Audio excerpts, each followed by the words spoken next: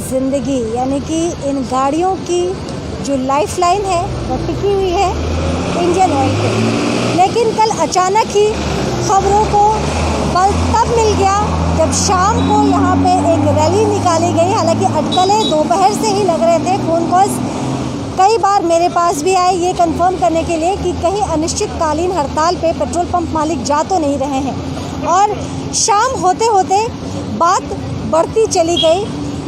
खबरें मिल रही थी कि लगभग 6-6:15 बजे के वक्त यहाँ पे एक रैली निकाली गई जिसमें बड़ी तादाद में लोग शामिल हुए। लगभग 100 से 150 लोगों के शामिल होने की बात बताई गई। उस रैली में सभी वर्ग के लोग थे, तादाद युवाओं की बड़ी ज़्यादा थी। बताया जा रहा था कि इंडियन ऑयल का टेंडर हुआ,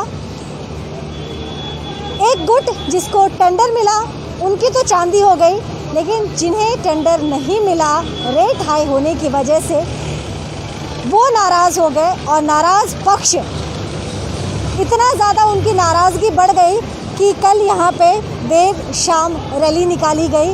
हालांकि अब स्थिति नियंत्रण में है। विकास रंजन से हमने इस विषय पे बात की।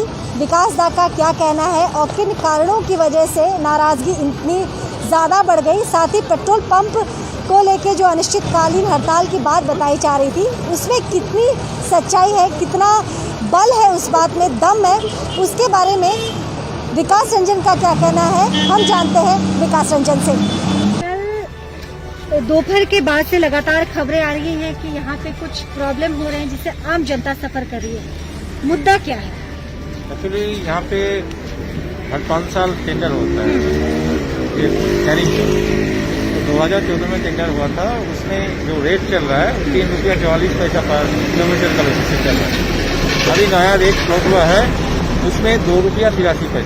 अगर उसमें रिवर्स बिडिंग में जाएगा तो और भी 10% कम हो जाएगा, 253 नियर अबाउट ₹1 पर किलोमीटर रेट घट जाएगा। 5 साल पहले 2014 में जो रेट था उसी रेट से हम लोग जो गाड़ी चला रहे थे उसका तेल का भी भाव ₹46 था 2014 में, तो आज नियर अबाउट ₹80 हो गया है। उसका इंश्योरेंस, ड्राइवर खलासी का सैलरी, वेजेस ये सब भी बढ़ गया है, गाड़ी का मेंटेनेंस हो गया और से और 2014 में जो गाड़ी था सब गाड़ी चेंज हो गया है। नियर अबाउट 2 साल पहले सभी ने BS4 गाड़ी लिया है, तो उसका गाड़ी का वैल्यू पहले 5-7 लाख रुपया था, वो गाड़ी का वैल्यू आज 35 लाख रुपया हो गया। उसका EMI भी चल रहा है, तो अभी भी गाड़ी चलाने में हम लोगों को बहुत दिक्कत होता है।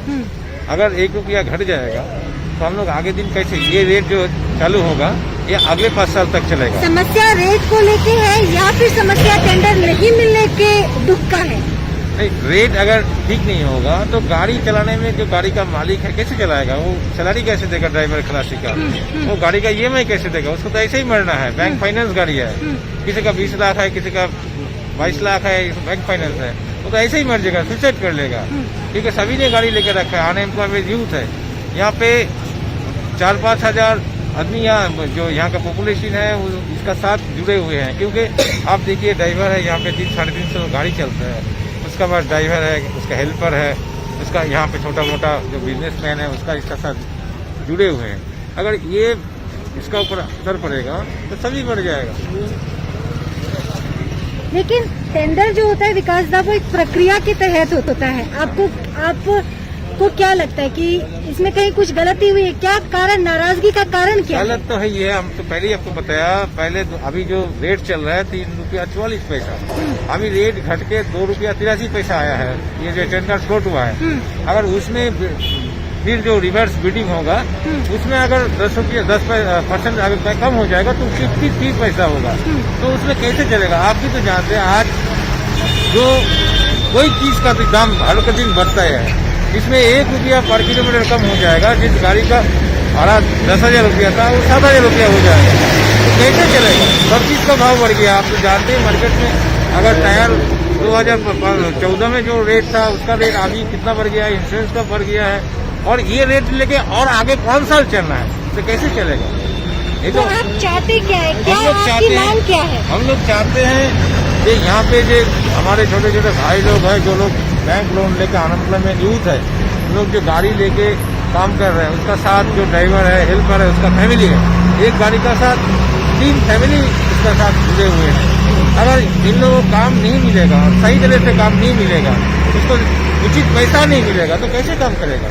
हम लोग चाहते हैं ये जो टेंडर प्रोसेस है उसको बातिल करें और नया टेंडर लेके नया रेट लेके।